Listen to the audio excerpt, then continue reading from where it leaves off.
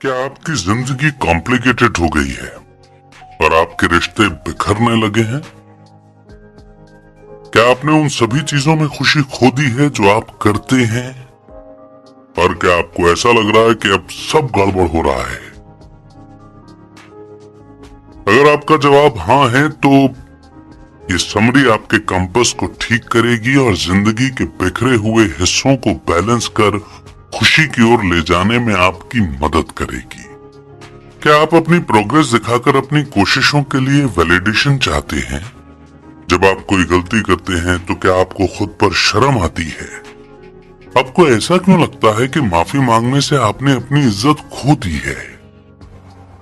क्या आपको अपने पेरेंट्स और भाई बहनों से बात किए काफी समय हो गया है? जब बच्चे नई एक्टिविटीज ट्राई करना चाहते हैं तो आप उन्हें कैसे इनकरेज करते हैं? क्यों बहुत ज्यादा सोशल मीडिया यूज करना आपको डिप्रेस्ड महसूस कराता है?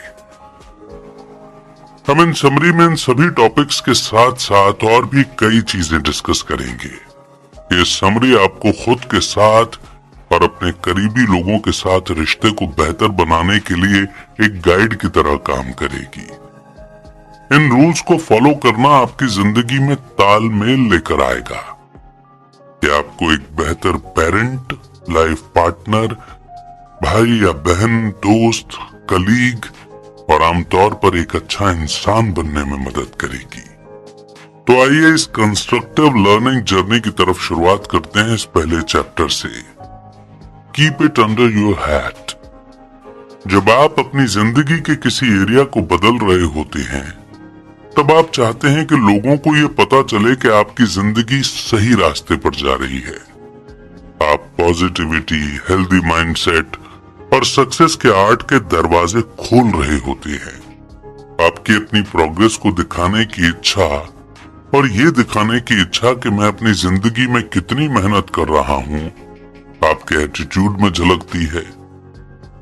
लेकिन लोगों को अपनी सक्सेस के बारे में क्यों बताना? खुद पर चुपचाप काम कीजिए और इसे छुपा कर रखिए। हम में दूसरों के साथ अपने सफर के बारे में शेयर करने की एक नेचुरल इच्छा होती है, लेकिन बातों से ज्यादा एक्शन पावरफुल होती है। तो अपनी प्रोग्रेस को खुद सामने आने दीजिए। इंसान आमतौर पर दूसरों की ग्रोथ में इंटरेस्टेड नहीं होता है। अगर कोई दिखावा करता है तो हम उसे नजरअंदाज करते हैं। हमें ऐसा लगता है कि वो हमें लेक्चर दे रहा है। जैसे सिगरेट पीने वालों से आपकी दोस्ती है और आप कभी खुद भी सिगरेट पीते थे, मगर आपने ज्यादा हेल्दी लाइफस्टाइल अपनाने का फैसला किया और सिगरेट पीना छोड़ दिया। अचानक आप अपने सिगरेट पीने वाले दोस्तों के सामने सिगरेट पीने के साइड इफेक्ट गिनाना चाहते हैं। यहाँ प्रॉब्लम यह है कि वो आपका विरोध करेंगे, क्योंकि वो मेंटल रूप से इस बदलाव के लिए तैयार नहीं है। वो आपको एक ऐसे इंसान के रूप में देखेंगे जो हमेशा खुद को सही मानता है। इसीलिए अपने प्लान और जिंदगी को बदलने वाले प्रिंसिपल्स के बारे में बात मत कीजिए। दूसरे लोगों को बदलने और उन्हें अपने साथ जोड़ने की कोशिश मत कीजिए। अपनी जिंदगी को लेकर आपके एटीट्यूड में जो बदलाव आया है, आप उससे खुशी महसूस करेंगे और ये खुशी आपके चेहरे और व्यवहार में दिखेगी। लोग आपसे पूछेंगे कि इस बदलाव के लिए आपने क्या किया है या कौन सी आदतें अपनाई हैं। वहां पर अपनी टेक्निक्स की कहानी बांटने के बजाय आप बस ये कह सकते हैं कि दिन अच्छा होने के कारण आप अच्छा महसूस कर रहे हैं। लोग सच में आपकी मुश्किलें या सफर के बारे में नहीं जानना चाहते। जब वो आपसे पूछते हैं कि आप कैसे हैं, तो वो आपसे एक सिंपल सा जवाब जैसे मैं ठीक हूं यही सुनना चाहते हैं। और ये सवाल सिर्फ एक फॉर्मेलिटी है। आपकी जिंदगी में क्या चल रहा है, लोग इसके लिए लंबा चौड़ा जवाब नहीं सुनना चाहते हैं। आपका लंबा चौड़ा जवाब उन्हें आपके प्रति जिम्मेदार होने का एहसास देगा और लोग इस तरह इन्वॉल्व होने के लिए तैयार नहीं है। वो सिर्फ रिजल्ट जानना चाहते हैं।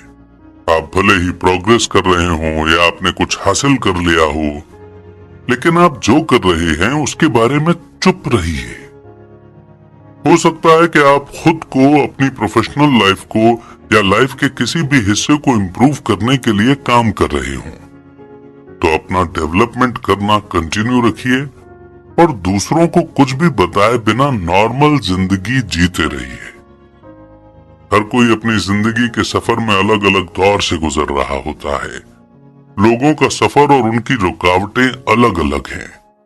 हो सकता है कि आप इम्प्रूवमेंट के 10वें लेवल पर हों और कोई पहले लेवल पर।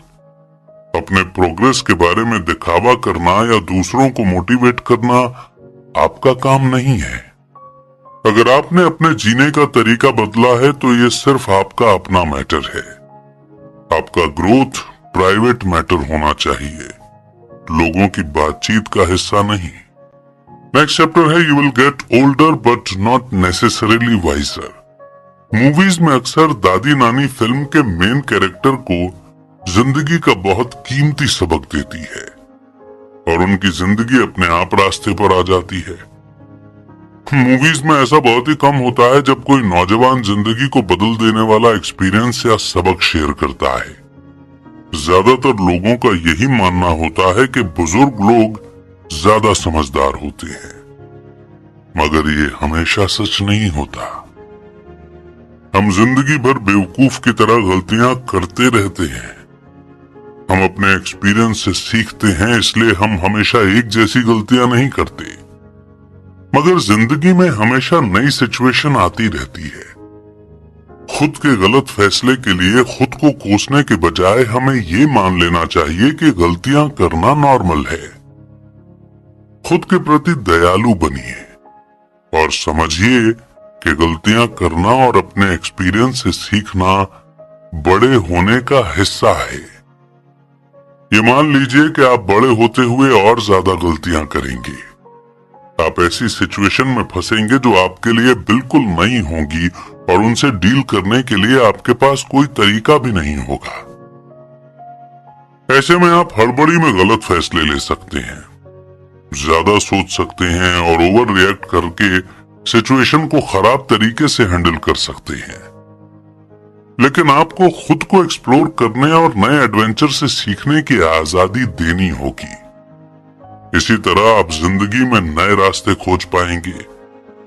अपनी गलतियों को मानकर उन्हें स्वीकार कीजिए और मन में ठान लीजिए कि आप ये गलतियां नहीं दोहराएंगे। फिर अपने मन की शांति और सुकून के लिए आगे बढ़ जाइए। आप दुनिया में इकलौते इंसान नहीं हैं जो चीजें गलत कर रहे हैं। हर कोई कई गलत फैसले लेता है। आपकी हीलिंग का सफर तब शुरू होता है जब आप खुद को और दूसरों को माफ करते हैं। याद रखिए कि एक्सेप्ट करने का ये रूल हर किसी पर अप्लाई होता है। उम्र बढ़ने की एक अच्छी बात यह होती है कि आप बड़े होने के साथ साथ गलतियां कम करते हैं। ऐसा इसलिए क्योंकि आपने पहले की हुई गलतियों से सीख कर जिंदगी के एक्सपीरियंस का काफी नॉलेज हासिल कर लिया है। इसीलिए जिंदगी की शुरुआत में आप जितनी ज्यादा गलतियां करेंगे, आगे चलकर आपसे गलतियां उतनी ही कम होंगी। इसीलिए जवानी बहुत कीमती समय होता है। उस समय आपके ऊपर लाइफ पार्टनर या बच्चों की बड़ी जिम्मेदारी नहीं होती। जवानी आपको एक अलग अलग पॉसिबिलिटीज के साथ एक्सपेरिमेंट, एक्सप्लोर करना और इवेल्युएट करने का मौका देती है। आपके पास बिना ज्यादा रिस्क लिए गलती करने की आजादी होती है। आप मैच्योर समझदारी के साथ नई गलतियों के लिए तैयार रहते हैं। Allow your space to be themselves. Romantic comedy novel और मूवीज के कारण हमने एक ऐसे सोलमेट की हवाई उम्मीदें बना ली हैं जो हमारे लिए परफेक्ट होगा। हम एक ऐसे लाइफ पार्टनर के साथ हैप्पीली एवर आफ्टर वाली लाइफ पाना चाहते हैं जो हमारी सारी उम्मीदों पर खरा उतरे।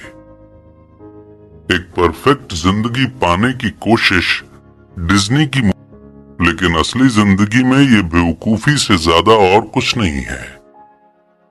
आप किसी को उसके इंडिपेंडेंट, मजबूत और दमदार शख्सियत या नेचर के कारण पसंद करने लगे।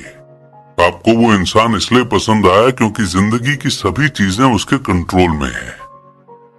लेकिन जब आप उस इंसान के साथ रहने लगते हैं तो आपको उसे बदलने की बहुत इच्छा होती है। इंडिपेंडेंट होने की वो क्वालिटी पहले फिदा हो गए थे, उससे अब आपको जलन होने लगती है। आप अचानक उम्मीद करने लगते हैं कि वो रिश्ता आपके पार्टनर की पर्सनालिटी को बदल देगा। आप मानते हैं कि ये उसे कैद कर लेगा, उस पर लिमिट लगा देगा या फिर उसके पंख को बांध देगा। ये मत भूलिए कि आपका पार्टनर आपके आने से पहले एक सक्सेसफुल जिंदगी जी रहा था। अपने पार्टनर को पर्सनल स्पेस दीजिए, थोड़ा पीछे हटिए और उसे अपनी जिंदगी खुद संभालने दीजिए। लोग अक्सर शिकायत करते हैं कि कैसे उनके रिश्ते में वो कशिश और वो जादू खत्म हो गया और वो कैसे अपने पार्टनर से दूर हो गए हैं। जब आप उनकी सिचुएशन को एनालाइज करेंगे तो आप भरोसा न करने, दबाव डालने और एक या दोनों पार्टनर का एक दूसरे पर कंट्रोल पाने के पैटर्न को देखेंगे। इससे एक घुटन भरा माहौल बनता है जहां उन दोनों के पास खुलकर सांस लेने की जगह नहीं होती। पार्टनर्स का एक दूसरे को पकड़कर रखने का व्यवहार एक दूसरे के लिए जहरीला बन जाता है। दोनों हमेशा एक दूसरे के साथ रहते हैं और कभी एक दूसरे को पर्सनल स्पेस नहीं देते। एक हेल्दी रिश्ते के लिए पीछे हटना सीखिए और देखिए कि वो क्या चीज थी जिसके कारण आप अपने पार्टनर को पसंद करते थे। उन खूबियों के बारे में सोचिए जिनके कारण वो शख्स आपके लिए स्पेशल बन गया था। फिर देखिए कि अब उसकी हालत कैसी है। क्या आपने ध्यान दिया कि उसमें वो खासियत गायब हो गई है जिसने आपके पार्टनर को आपकी नजर में यूनिक बनाया था? आप शायद समझ पाएंगे कि अब उसने पुरानी क्वालिटीज की जगह नई क्वालिटीज अपना ली हैं। क्या उसमें वही इंडिपेंडेंट नेचर है जिसे आप पसंद करते थे, या फिर उसकी आजादी में आपने दखल दे दी है? ये बिल्कुल हो सकता है कि आपने जानबूझकर उसे कैद करने की या उसके कॉन्फिडेंस को कम करने की कोशिश नहीं की हो। अनजाने में ही आपके इंसानी स्वभाव ने आपको अपने पार्टनर को कंट्रोल करने के लिए मजबूर किया हो। मगर अब उसने वो जादू खो दिया है जिसके कारण वो आपको सबसे अलग लगता था और जिसके कारण आप उसे पसंद करते थे। तो अब उसे अपनी आजादी वापस पाने में मदद कीजिए ना, और वो जो है उसे वो बनने के लिए एनकरेज कीजिए। अपने पार्टनर को सपोर्ट कीजिए और उसके परों के लिए हवा बनिए। उसे शायद अपनी पहचान और स्किल्स वापस पाने में थोड़ा समय लगे तो शांति से उसका इंतजार कीजिए। ज्यादातर लोग जो सक्सेसफुल रिश्तों में होते हैं वो अपनी इंडिविजुअलिटी बनाए रखने के लिए कुछ समय एक दूसरे से अलग बिताते हैं। वो एक दूसरे पर डिपेंडेंट नहीं है और ये एक हेल्दी और मैच्योर रिश्ते की निशानी है। नेक्स्ट चैप्टर है बी नाइस। एक आदमी को अपनी बीवी के लिए बैग खरीदना पसंद था, लेकिन वो कभी भी उसके काम नहीं आता था। कभी बैग बहुत छोटा होता था तो कभी बहुत जल्दी फट जाता था। उस औरत ने कई बार अपने पति को बताया कि किस तरह का बैग उसके काम आ सकता है और कहा कि वो उसके साथ चलकर बैग खरीदेगी, मगर पति ने उसकी बातों को नजरअंदाज कर दिया क्योंकि उसका मानना था कि उसकी पसंद ज्यादा अच्छी है। एक बार अपने पति से बहस करने के बजाय उस औरत ने अपनी पसंद का एक बैग खरीदा और अपने पति को गिफ्ट किया। ऐसा करने से पहली बार उस आदमी को एहसास हुआ कि उसके खरीदे हुए हैंडबैग उसकी पत्नी के लिए उतने ही बेकार हैं जितना कि उसकी पत्नी का दिया हुआ बैग उसके लिए था। ये एग्जाम्पल दिखाता है कि अपने लाइफ पार्टनर से अच्छा व्यवहार करना और उसकी बात पर ध्यान देना कितना जरूरी है। आज की दुनिया तेजी से भाग रही है। हम अक्सर ऐसा महसूस करते हैं जैसे हम दूसरों के साथ सक्सेसफुल होने की रेस में हैं। जिंदगी के चैलेंजेस के साथ चलते हुए हम अक्सर अपने रिश्तों को किनारे कर देते हैं और भूल जाते हैं कि हम असली इंसानों के साथ डील कर रहे हैं जिनमें इमोशंस होते हैं। हमें अपने पार्टनर का शुक्रगुजार होना चाहिए, उनकी तारीफ करनी चाहिए और उन पर प्यार बरसाना चाहिए। इसके बजाय हम अक्सर उनके साथ खराब व्यवहार करते हैं, उन्हें नजरअंदाज करते हैं या ऐसा जताते हैं जैसे कि वो बेकार हों या वो हमारे लिए अहमियत ही नहीं रखते हों। हम अपने पार्टनर को हल्के में ले लेते हैं और उन्हें खुश रखने की कोशिश ही नहीं करते। अपने रिश्ते में वो जादू फिर से वापस लाने के लिए एक लंबी सांस लीजिए और अपने पार्टनर के साथ उतने ही अच्छे से व्यवहार करना शुरू कीजिए जैसे आप उनके साथ अपने रिश्ते की शुरुआत में करते थे। एक नई शुरुआत कीजिए। एक दूसरे के साथ सम्मान, समझ और दया के साथ पेश आइए। दिन में कई बार प्लीज और थैंक यू बोलकर उनकी मेहनत को अप्रिशिएट कीजिए। जब आप उनके साथ हों तो अपना पूरा ध्यान उन पर दीजिए और अपने पार्टनर की तारीफ करने में कभी भी शर्माइए मत। बिना किसी खास मौके के एक दूसरे को मीनिंगफुल गिफ्ट दीजिए। एक दूसरे से बीते हुए दिन के बारे में सवाल पूछकर उनकी जिंदगी में इंटरेस्ट दिखाइए। अच्छा पार्टनर होने का मतलब है अपने पार्टनर के हेल्थ और खुशी का ध्यान रखना। उनके सपनों, उम्मीदों और काम के बोझ को बांटिए। वो जो हॉबीज या एक्टिविटीज पसंद करते हैं उसमें हिस्सा लीजिए। आपके पार्टनर की फिजिकल, इमोशनल और स्पिरिचुअल जरूरतें पूरे रिश्ते के दौरान बदलती रहेंगी। उनके लिए थोड़ा समय निकालिए और जानने की कोशिश कीजिए कि आपके पार्टनर को किस चीज की जरूरत है।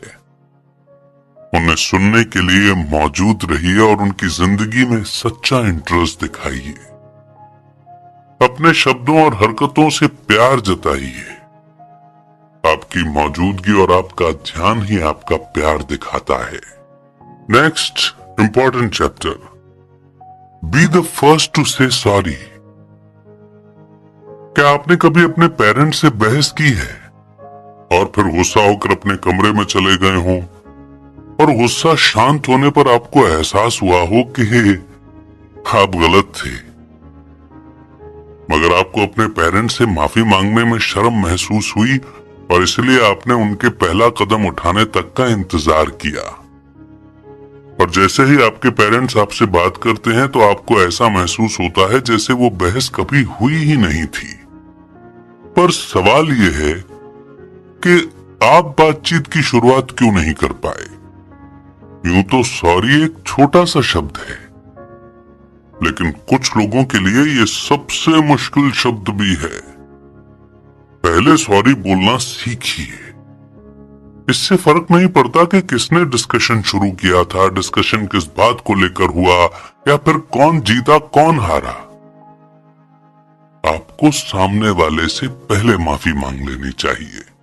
किसी अनबन को खत्म करने के लिए खुद से पहल करने में कोई शर्म की बात नहीं है, क्योंकि माफी मांगने से आपकी इज्जत को कोई नुकसान नहीं पहुंचेगा। सॉरी बोलने से आपके सेल्फ रिस्पेक्ट को चोट नहीं पहुंचती, आप कमजोर नहीं हो जाते या इससे आपको कोई खतरा नहीं होता।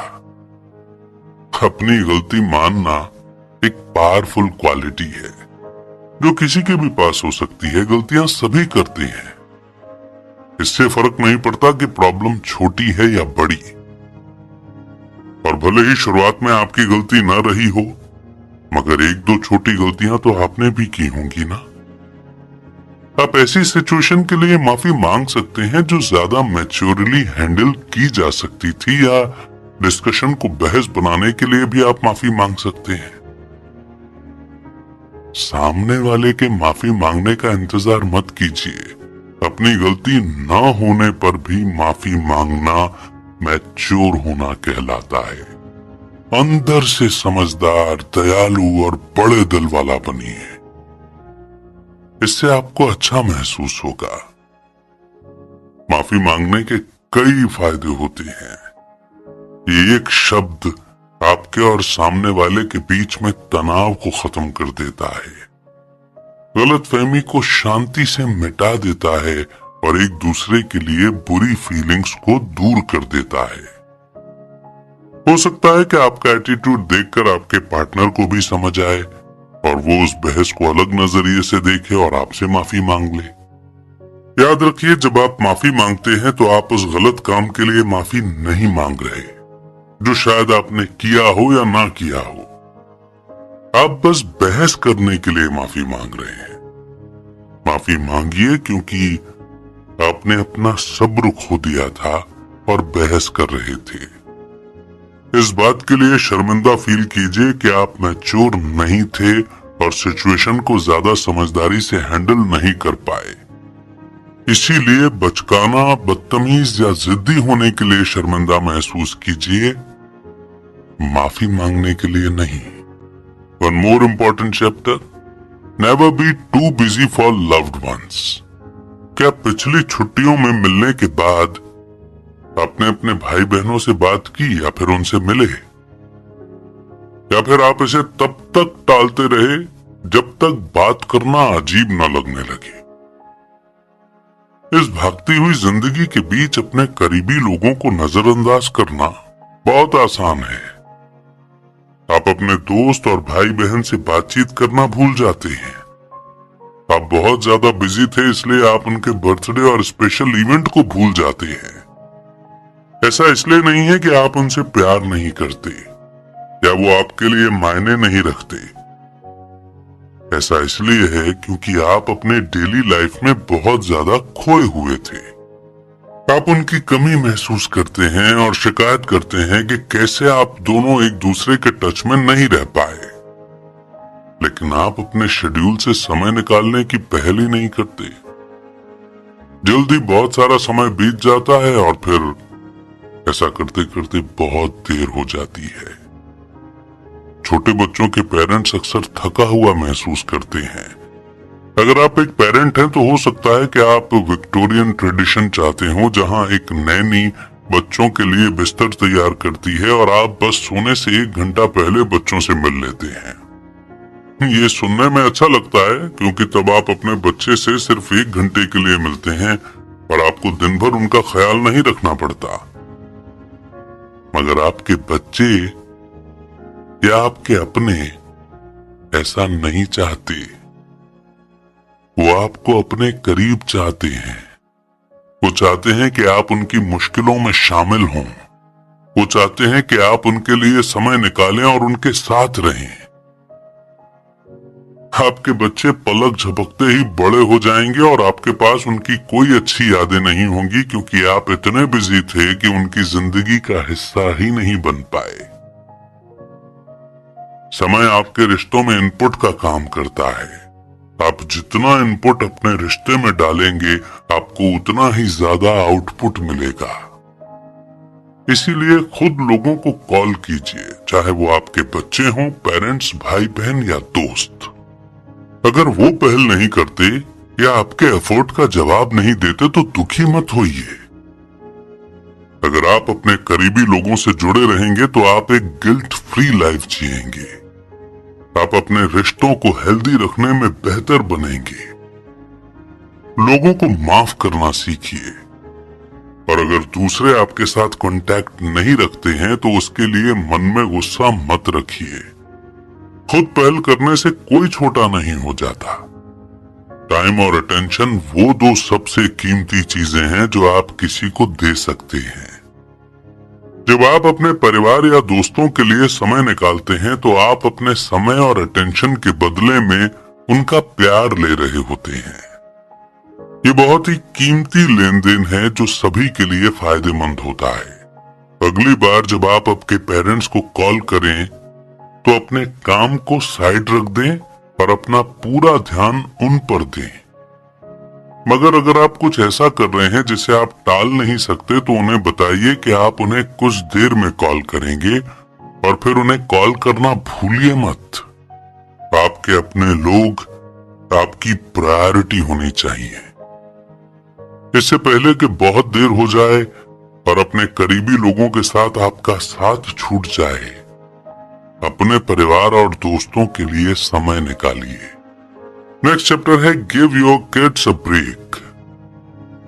पेरेंटिंग एक मुश्किल काम है, लेकिन क्या आपको कभी एहसास हुआ है कि बच्चा होना कितना मुश्किल है?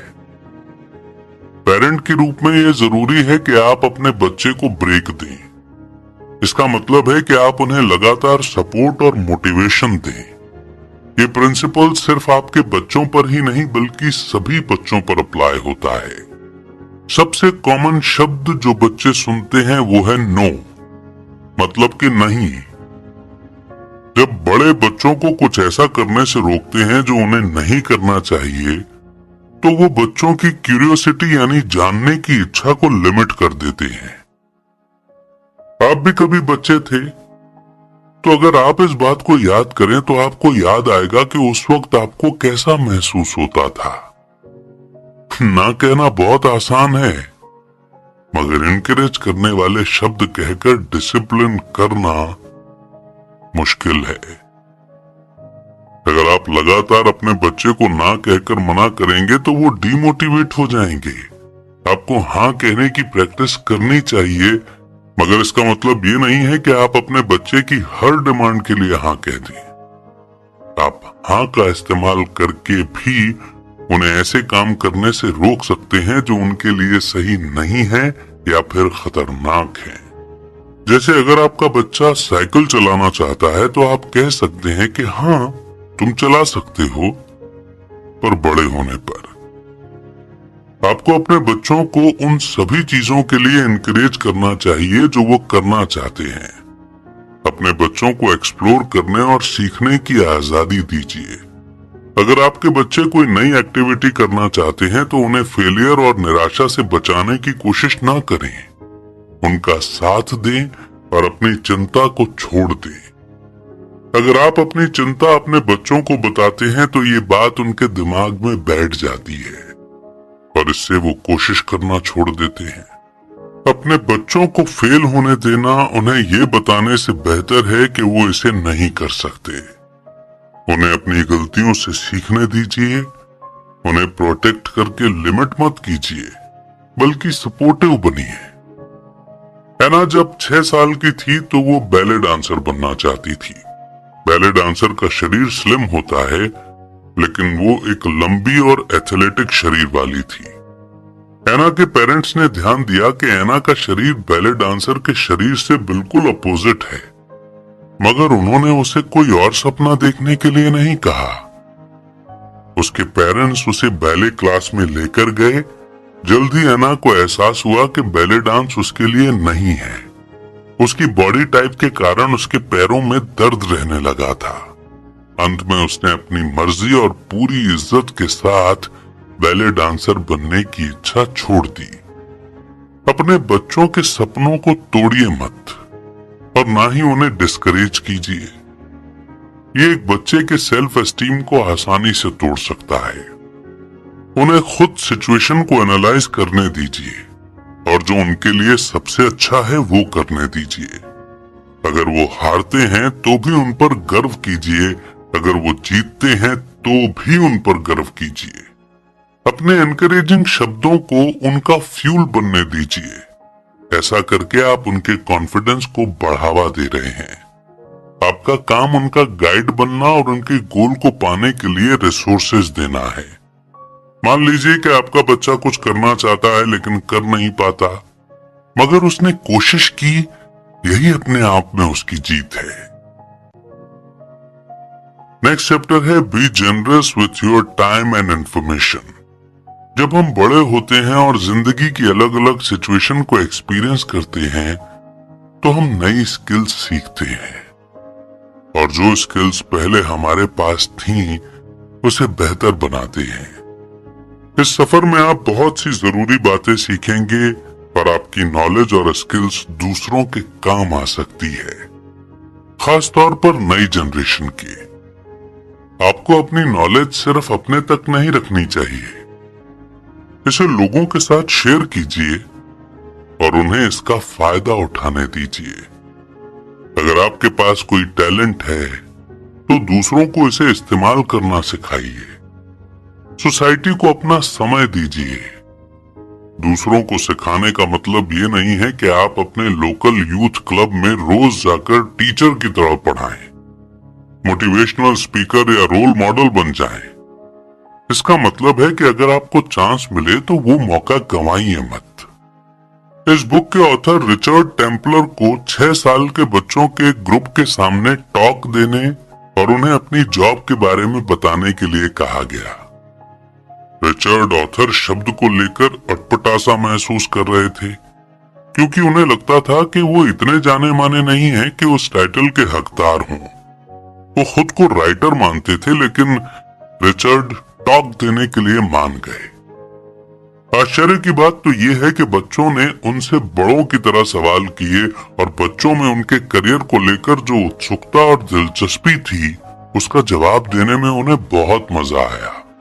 बच्चे बड़े सभी उन्हें सुनने के लिए बहुत उत्सुक थे और बड़े ध्यान से उनकी बातें सुन रहे थे। इस एक्सपीरियंस ने रिचर्ड को सिखाया कि बच्चों से बात करने का ऑफर रिजेक्ट करना आसान था, लेकिन इसके लिए हाँ कहकर उन्हें कुछ बच्चों को ऑथर बनने के लिए इंस्पायर करने का मौका मिला। आप नहीं जानते कि आपका एनकरेजमेंट दूसरे लोगों के लिए कितना मायने रखता है। ये रूल काम की जगह पर भी अप्लाई होता है। कंपटीशन के इस दौर में आप आसानी से ये माइंडसेट डेवलप कर सकते हैं कि आपके पास दूसरों से ज्यादा नॉलेज है। आपकी डिमांड इसलिए ज्यादा है क्योंकि आपके पास ऐसी स्किल है जो दूसरों के पास नहीं है। मगर ये माइंडसेट आपकी और आपकी टीम के लिए नुकसानदायक है। आपको अपने नॉलेज को शेयर करना चाहिए और दूसरों की मदद करनी चाहिए, ताकि आपकी टीम कामयाब हो सके। अगर आप अपने एक्सपर्ट स्किल्स दिखाने के लिए बहुत ज्यादा उत्सुक हैं, तो आप काम के बोझ तले दब सकते हैं। याद रखिए, दुनिया के सबसे सक्सेसफुल लोग एक्टिव होकर कम्युनिटी को कुछ न कुछ सिखाते हैं और अपने नॉलेज को शेयर करते हैं। हो सकता है कि आप दूसरों को सिखाने के लिए आलसी या घमंड महसूस कर सकते हैं। याद रखिए कि आपकी नॉलेज कोई ऐसा राज नहीं है जिसे छुपाए रखने की जरूरत है। लोगों को आपसे सीखने दीजिए ताकि वो भी अपनी जिंदगी में सक्सेसफुल हो पाएं। इससे फर्क नहीं पड़ता कि आपके पास कौन सी स्किल है। अपने नॉलेज को मामूली मत समझिए, असल में इसका उल्टा है। इसीलिए अपने नॉलेज और समय के जरिए हेल्पफुल बनिए। अगर आपके पास कोई टैलेंट या स्किल है तो उसे शेयर कीजिए। Get involved. क्या आप सोशल मीडिया पर ट्रैवलर्स की हाइकिंग वीडियो देखना पसंद करते हैं? या फिर आप सेलिब्रिटीज के लाइफस्टाइल को देखते हैं जहां वो अपने बड़े बड़े आलीशान बगीचे का ध्यान रखते हैं और अच्छा खाना खाते हैं? आपकी पसंद चाहे जो भी हो, आप वैसी ही जिंदगी पाना चाहते हैं। मगर क्या आप अपने फोन या टीवी से हटकर इसमें इन्वॉल्व होना चाहते हैं? इन्वॉल्व होने का मतलब है असली दुनिया का हिस्सा बनना और इसमें इंटरेस्ट लेना। टेक्नोलॉजी के कारण हम सभी आज वर्चुअल एज में जी रहे हैं। हम हमेशा शो देखते हुए या फिर सोशल मीडिया पर गॉसिप पढ़ते हुए अपने फोन से चिपके रहते हैं। हम अपने स्क्रीन पर परफेक्ट लाइफ के स्टैंडर्ड को देखते हैं, मगर हम अक्सर भूल जाते हैं कि हमारे पास इतनी बड़ी दुनिया है जिसे हमने अभी तक एक्सप्लोर नहीं किया है। दुनिया अनगिनत अजूबों, एक्साइटिंग मौकों, पॉजिटिव एनर्जी और एक्सपीरियंस से भरी हुई है। आपको इसमें इन्वॉल्व होने और इसका हिस्सा बनने की जरूरत है। सोफे पर बैठकर टीवी देखना आपको अपने कंफर्ट जोन में रखता है। असली दुनिया को एक्सप्लोर करना नया, अनजाना और डरावना लग सकता है, मगर नए अनुभव आपको जिंदा होने के एहसास देते हैं। ये एक आम नजरिया है कि जब लोग बूढ़े हो जाते हैं तो समय तेजी से गुजरने लगता है, मगर सच्चाई ये है कि समय तब जल्दी गुजरता है जब आप बेकार का काम करते हुए अपना समय बर्बाद करते हैं। जैसे जब आप टीवी शो का एक एपिसोड देखते हैं तो आपको एहसास भी नहीं होता कि 1 घंटा गुजर गया। लेकिन जब आप असली दुनिया को एक्सपीरियंस करते हैं तो आपको लगता है कि समय कितना लंबा हो गया है। तब मिनट भी घंटे की तरह लगते हैं। जैसे जब आप ढलते हुए सूरज को देखते हैं तो ऐसे लगता है जैसे समय रुक सा गया है। इसलिए आप अद्भुत और खूबसूरत नजारे का हर एक पल एंजॉय करते हैं। इन्वॉल्व होने का मतलब है असली दुनिया को दूसरों की नजर से न देखकर अपनी खुद की आंखों से देखना और एक्सपीरियंस करना। जैसे आप अपने आसपास के लोगों से बात कर सकते हैं और उनकी जिंदगी की कहानियां सुन सकते हैं। आप दूसरों के साथ काम करके और प्रॉब्लम्स को एक साथ सुलझाकर सोसाइटी की मदद कर सकते हैं। आप अपनी इच्छाओं के बारे में ख्याली पुलाव बनाने के बजाय उन पर काम कर सकते हैं। दौलत किसी की सक्सेस को डिफाइन नहीं करती है। इंसान तब सक्सेसफुल होता है जब वो संतुष्ट और खुश होता है। कई सक्सेसफुल लोगों की ऐसी हॉबीज होती हैं जिनसे वो पैसे नहीं कमाते हैं। वो इन एक्टिविटीज में इसलिए हिस्सा लेते हैं क्योंकि ये उन्हें खुशी देता है। वो लोगों की मदद करते हैं और उन्हें इनकरेज कर पाते हैं। आप उनके नक्शे कदम पर चल सकते हैं और क्लब या कोई फाउंडेशन ज्वाइन कर सकते हैं। आप वॉलंटियरिंग और मेंटरिंग एक्टिविटीज कर सकते हैं। आखिर में आप असली दुनिया में शामिल होने से आप अपनी जिंदगी में संतुष्ट महसूस करेंगे। और अब वो मोड़ जिसे हम कहते हैं कंक्लूजन। इस समरी में बताए गए प्रिंसिपल्स इतने कमाल के हैं कि आप उन्हें अपनी जिंदगी के सभी पहलुओं में इस्तेमाल कर सकते हैं। सबसे पहले आपने सीखा कि कैसे आपको शो ऑफ करने से बचना है। लोगों को अपने ग्रोथ के बारे में मत बताइए, वो खुद ही इसे नोटिस करेंगे क्योंकि उन्हें आप में वो बदलाव खुद ब खुद नजर आने लगेगा। दूसरा, आपने सीखा कि बूढ़े होने का मतलब ज्यादा समझदार होना नहीं है। आप एक्सपीरियंस के साथ बूढ़े हो रहे हैं और ये इस बात पर डिपेंड करता है कि आप अपनी गलतियों से कितना ज्यादा सीखना चाहते हैं। गलतियां होना नेचुरल है और नए एक्सपीरियंस डिस्कवर करने का सबसे अच्छा तरीका भी। तीसरा, आपने सीखा कि आपको अपने पार्टनर की ओर सपोर्टिव होना चाहिए और उसे कंट्रोल करने की या उस पर पाबंदी लगाने की कोशिश नहीं करनी चाहिए। चौथा, आपने सीखा कि लॉन्ग टर्म रिलेशनशिप के लिए अपने पार्टनर से दोस्ती करना और छोटी छोटी चीजों के जरिए प्यार जताना बहुत जरूरी है। पांचवा, आपने सीखा कि माफी मांगने में कोई शर्म की बात नहीं है।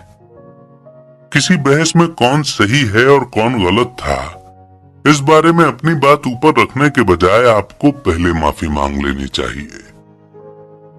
छठा, आपने अपने करीबी लोगों को ये दिखाना सीखा कि वो आपकी प्रायोरिटी हैं। चाहे आप जितने भी बिजी हों, उनके लिए समय निकालिए। सातवां, आपने सीखा कि अपने बच्चों को इनकरेज कैसे करना है और वो जो एक्टिविटीज करना चाहते हैं उसके लिए उन्हें सपोर्ट कैसे करना है। आठवां, आपने समय और नॉलेज देने वाला इंसान बनना सीखा। आपने दुनिया से जो सीखा है उसे लौटाने की कोशिश कीजिए। आखिर में आपने वर्चुअल वर्ल्ड के बजाय असली जिंदगी में इन्वॉल्व होना और प्रेजेंट में जीना सीखा। अपनी मेंटालिटी या नजरिए में सिंपल से बदलाव आपकी जिंदगी को ज्यादा मीनिंगफुल और खुशहाल बना सकते हैं। अपने पार्टनर, परिवार, दोस्तों और सोसाइटी के साथ अपने रिश्ते या मेलजोल को इम्प्रूव करने के लिए इन रूल्स को अप्लाई कीजिए। जिंदगी को एंजॉय कीजिए और हर पल को भरपूर जीना सीखिए। इसी मोड़ पर यह समरी यहीं पर समाप्त हो जाती है। मगर जिंदगी चली जा रही है या कट रही है से मैं जिंदगी जी रहा हूं, इस बात का एहसास कराने के लिए बहुत सारी नॉलेजफुल टिप्स देकर के जाती है। उम्मीद करते हैं कि ये समरी आपको पसंद आई होगी।